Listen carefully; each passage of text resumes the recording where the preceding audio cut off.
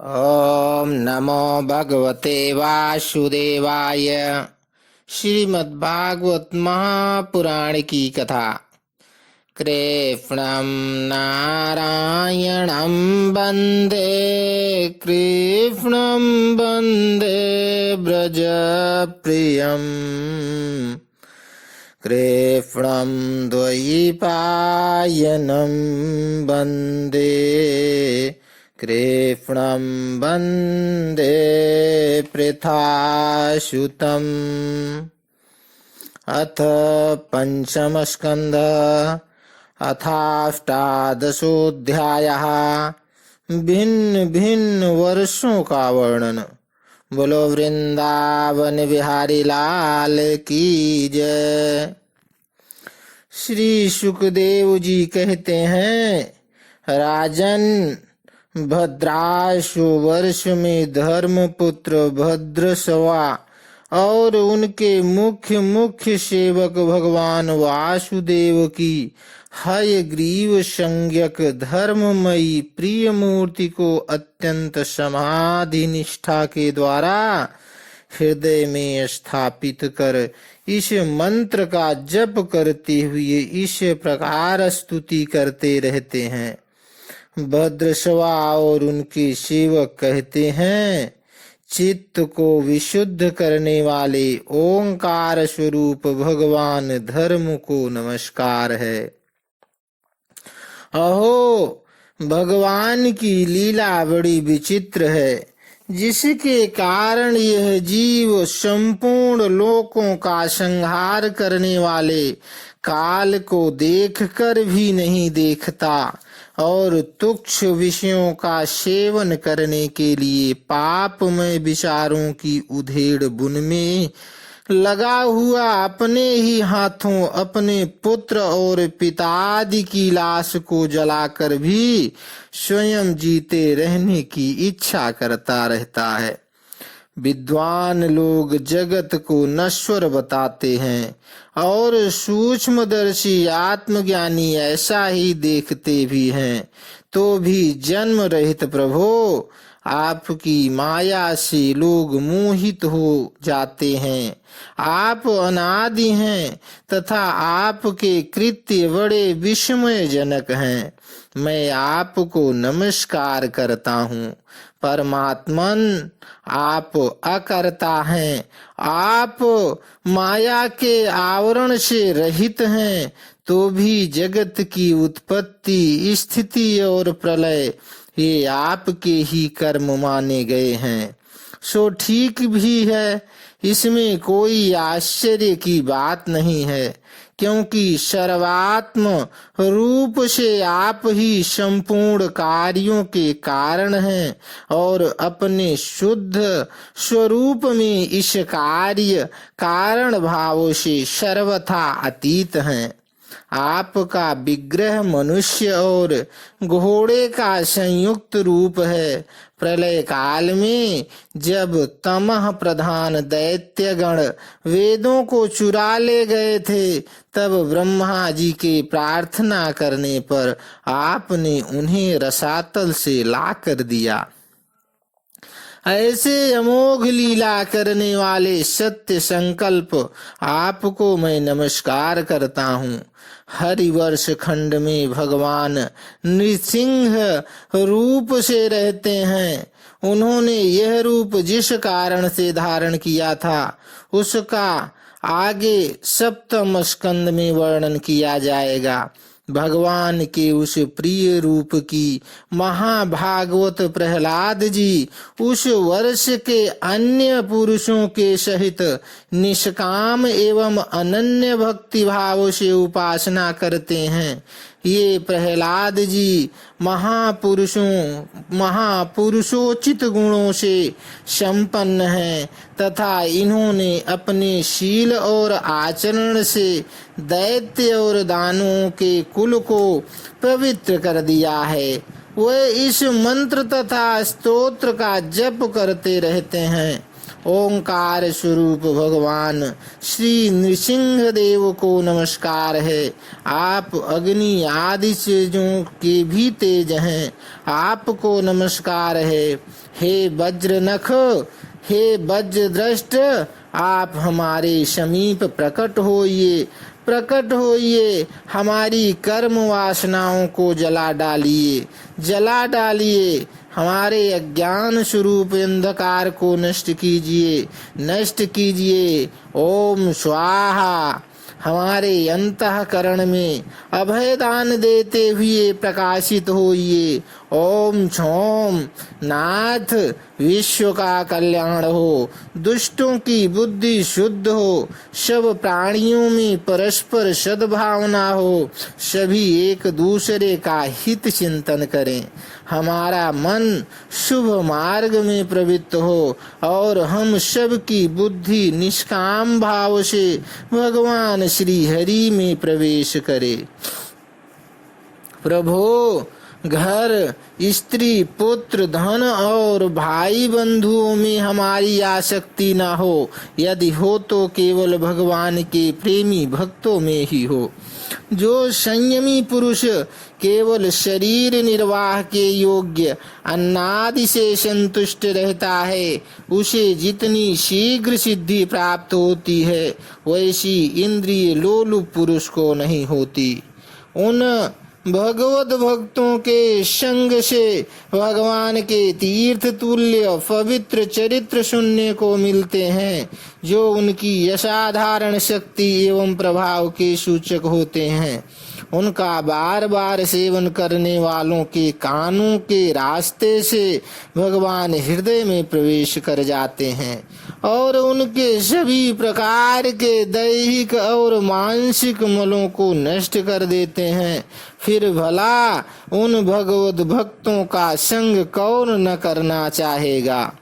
जिस पुरुष की भगवान में निष्काम भक्ति है, उसके हृदय में समस्त देवता धर्म ज्ञानादि संपूर्ण सद्गुणों के सहित सदा निवास करते हैं। किंतु जो भगवान का भक्त नहीं है, उसमें महापुरुषों के वे गुण आ ही कहाँ से सकते हैं। वह तो तरह तरह के संकल्प करके निरंतर तुच्छ बाहिरी विषयों की ओर ही दौड़ता रहता है। जैसे मछलियों को जल अत्यंत प्रिय है, उनके जीवन का आधार होता है, उसी प्रकार साक्षात श्री हरि ही समस्त देहधारियों के प्रियतम आत्मा हैं। उन्हें त्याग कर यदि कोई महत्वाभिमानी पुरुष घर में आसक्त रहता है, तो उस दशा में स्त्री पुरुषों का बड़प्पन केवल आयु को लेकर ही माना जाता है, गुण को दृष्टि से नहीं। अतः असुरगण, तुम तृष्णा, राग, विषाद, क्रोध, अभिमान, इच्छा, भय, दीनता और मानसिक संताप के मूल तथा जन्म मरण रूप संसार चक्र का वहन करने वाले गृह आदि को त्याग कर भगवान नृसिंह के निर्भय चरण कमलों का आश्रय लो। केतुमाल वर्ष में लक्ष्मी जी का तथा संवत्सर नामक प्रजापति के पुत्र और पुत्रियों का प्रिय करने के लिए भगवान कामदेव रूप से निवास करते हैं। उन रात्रि की अभिमानी देवता रूप कन्याओं और दिवसाभिमानी देवता रूप पुत्रों की संख्या मनुष्य की 100 वर्ष की आयु के दिन और रात के बराबर अर्थात 36 हजार वर्ष है। और वही उस वर्ष के अधिपति हैं। वे कन्याएं परम पुरुष श्री नारायण के श्रेष्ठ अस्त्र सुदर्शन चक्र के तेज से डर जाती हैं, इसलिए प्रत्येक वर्ष के अंत में उनके गर्भ नष्ट होकर गिर जाते हैं। भगवान अपने सुललित गति विलास से सुशोभित मधुर मधुर मंद मुस्कान से मनोहर लीला पूर्ण चारु चितवन से कुछ उझके हुए सुंदर भ्रूमंडल की छबीली छटा के द्वारा वदनारविंद का राशि राशि सौंदर्य उड़ेल कर सौंदर्य देवी श्री लक्ष्मी को अत्यंत आनंदित करते और स्वयं भी आनंदित होते रहते हैं। श्री लक्ष्मी जी परम समाधि योग के द्वारा भगवान के उस मायामय स्वरूप की रात्रि के समय प्रजापति संवत्सर कुई कन्याओं सहित और दिन में उनके पतियों के सहित आराधना और वे ईश्वर मंत्र का जप करती हुई भगवान की स्तुति करती हैं, जो इंद्रियों के नियंता और संपूर्ण श्रेष्ठ वस्तुओं के आकार हैं, क्रियाशील, ज्ञानशील और संकल्प, अध्यवसाय आदि चित्त के धर्मों तथा उनके विषयों के अधीश्वर हैं। 11 इंद्रियां और 5 विषय इन 16 कलाओं से युक्त हैं, वेदोक्त कर्मों से प्राप्त होते हैं तथा अन्नमय, अमृतमय और सर्वमय हैं। उन मानसिक, इंद्रियक एवं शारीरिक बल स्वरूप परम सुंदर भगवान कामदेव को ओम राम ह्रूम ह्रूम, ओम राम ह्रीम ह्रूम इन बीज मंत्रों के सहित सब ओर से नमस्कार है। भगवान आप इंद्रियों के अधीश्वर हैं। स्त्रियां तरह तरह के कठोर व्रतों से आपकी ही आराधना करके अन्य लौकिक पतियों की इच्छा किया करती हैं, किंतु वह उनके प्रिय पुत्र, धन और आयु की रक्षा नहीं कर सकते, क्योंकि वह स्वयं ही परतंत्र हैं। सच्चा पति, रक्षा करने वाला या ईश्वर वही है जो स्वयं सर्वथा निर्भय हो और दूसरे भयभीत लोगों की सब प्रकार से रक्षा कर सके। ऐसे पति एकमात्र आप ही हैं। यदि एक से अधिक ईश्वर माने जाएं तो उन्हें एक दूसरे से भय होने की संभावना है। अतएव आप अपनी प्राप्ति से बढ़कर और किसी लाभ को नहीं मानते। भगवान, जो स्त्री आपके चरण कमलों का पूजन ही चाहती है और किसी वस्तु की इच्छा नहीं करती, उसकी सभी कामनाएं पूर्ण होती हैं, किंतु जो किसी एक कामना को लेकर आपकी उपासना करती है, उसे आप केवल वही वस्तु देते हैं। आप जब भोग समाप्त होने पर वह नष्ट हो जाती है तो उसके लिए उसे संतप्त होना पड़ता है। अजित, मुझे पाने के लिए इंद्रिय सुख के अभिलाषी ब्रह्मा और रुद्र आदि समस्त सुरासुर गण घोर तपस्या करते रहते हैं, किंतु आपके चरण कमलों का आश्रय लेने वाले भक्त के सिवा मुझे कोई नहीं पा सकता, क्योंकि मेरा मन तो आप में ही लगा रहता है। अच्युत, आप अपने जिस वंदनीय कर कमल को भक्तों के मस्तक पर रखते हैं, उसे मेरे सिर पर भी रखिए। वरेण्य, आप मुझे केवल श्री लांछन रूप से अपने वक्ष स्थल में ही धारण करते हैं, सो आप सर्व समर्थ हैं। आप अपनी माया से जो लीलाएं करते हैं, उनका रहस्य कौन जान सकता है। रम्यक वर्ष में भगवान ने वहां के अधिपति मनु को पूर्व काल में अपना परम प्रिय मत्स्य रूप दिखाया था। मनु जी इस समय भी भगवान के उसी रूप की बड़े भक्ति भाव से उपासना करते हैं और इस मंत्र का जप करते हुए स्तुति करते रहते हैं। सत्व प्रधान, मुख्य प्राण सूतात्मा तथा मनोबल, इंद्रिय बल और शरीर बल, ओंकार पद के अर्थ सर्वश्रेष्ठ भगवान महामत्स्य को बार बार नमस्कार है। प्रभो, नट जिस प्रकार कठपुतलियों को नचाता है, उसी प्रकार आप ब्राह्मणादि नामों की डोरी से संपूर्ण विश्व को अपने अधीन करके नचा रहे हैं।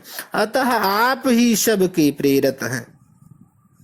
आपको ब्रह्मादि लोकपालगण भी नहीं देख सकते हैं।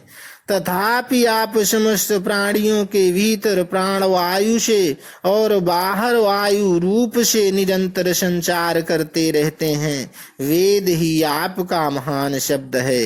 एक बार इंद्रादि इंद्रिय अभिमानी देवताओं को प्राण स्वरूप आप से डाह हुआ, तब आपके अलग हो जाने पर वे अलग अलग अथवा आपस में मिलकर भी मनुष्य, पशु, स्थावर, जंगम आदि जितने शरीर दिखाई देते हैं उनमें से किसी की बहुत यत्न करने कर भी रक्षा नहीं कर सके। अजन्मा प्रभो, आपने मेरे सहित समस्त औषध और लताओं की आश्रय रूपा इस पृथ्वी को लेकर बड़ी बड़ी उत्ताल तरंगों से युक्त प्रलयकालीन समुद्र में बड़े उत्साह से विहार किया था। आप संसार के समस्त प्राण समुदाय के नियंता हैं। मेरा आपको नमस्कार है। हिरण्यमय वर्ष में भगवान कच्छप रूप धारण करके रहते हैं। वहाँ के निवासियों के सहित पितृराज अर्यमा भगवान की उस प्रियतम मूर्ति की उपासना करते हैं और इस मंत्र को निरंतर जपते हुए स्तुति करते रहते हैं। जो संपूर्ण सत्वगण से युक्त हैं, जल में विचरते रहने के कारण जिनके स्थान का कोई निश्चय नहीं है तथा जो काल की मर्यादा के बाहर हैं, उन ओंकार स्वरूप सर्वव्यापक सर्वाधार भगवान कच्छप को बार बार नमस्कार है।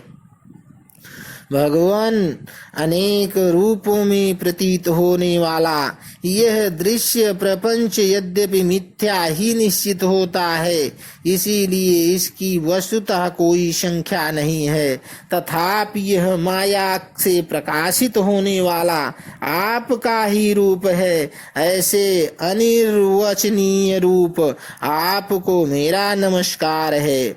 एकमात्र आप ही जरायुज, स्वेदज, अंडज, उद्भिज, जंगम, स्थावर, देवता, ऋषि, पितृगण, भूत, इंद्रिय, स्वर्ग, आकाश, पृथ्वी, पर्वत, नदी, समुद्र, द्वीप, ग्रह और तारा आदि विभिन्न नामों से प्रसिद्ध हैं। आप असंख्य नाम, रूप और आकृतियों से युक्त हैं।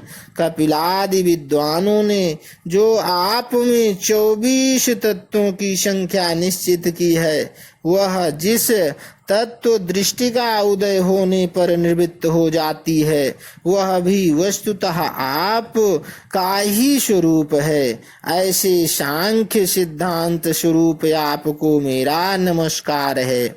उत्तर कुरु वर्ष में भगवान यज्ञ पुरुष वराह मूर्ति धारण करके विराजमान हैं। वहाँ के निवासियों के सहित साक्षात पृथ्वी देवी उनकी अविचल भक्ति भाव से उपासना करती और इस परमोत्कृष्ट मंत्र का जप करती हुई स्तुति करती हैं, जिनका तत्व मंत्रों से जाना जाता है, जो यज्ञ और क्रतु रूप हैं तथा बड़े बड़े यज्ञ जिनके अंग हैं। उन ओंकार स्वरूप शुक्ल कर्ममय त्रियुग मूर्ति पुरुषोत्तम भगवान वराह को बार बार नमस्कार है।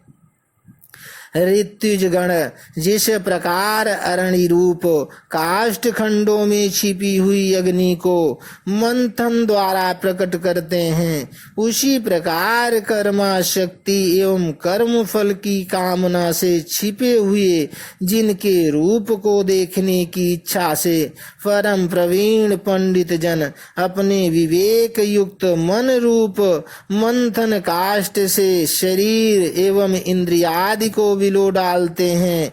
इस प्रकार मंथन करने पर अपने स्वरूप को प्रकट करने वाले आपको नमस्कार है। विचार तथा यम नियम आदि योगांगों के साधन से जिनकी बुद्धि निश्चयात्मिका हो गई है, वह महान द्रव्य विषय क्रिया इंद्रियों के व्यापार हेतु अधिष्ठाता देवता आयन शरीर, ईश, काल और कर्ता अहंकार आदि माया के कार्यों को देखकर जिनके वास्तविक स्वरूप का निश्चय करते हैं, ऐसे माइक आकृतियों से रहित आपको बार बार नमस्कार है।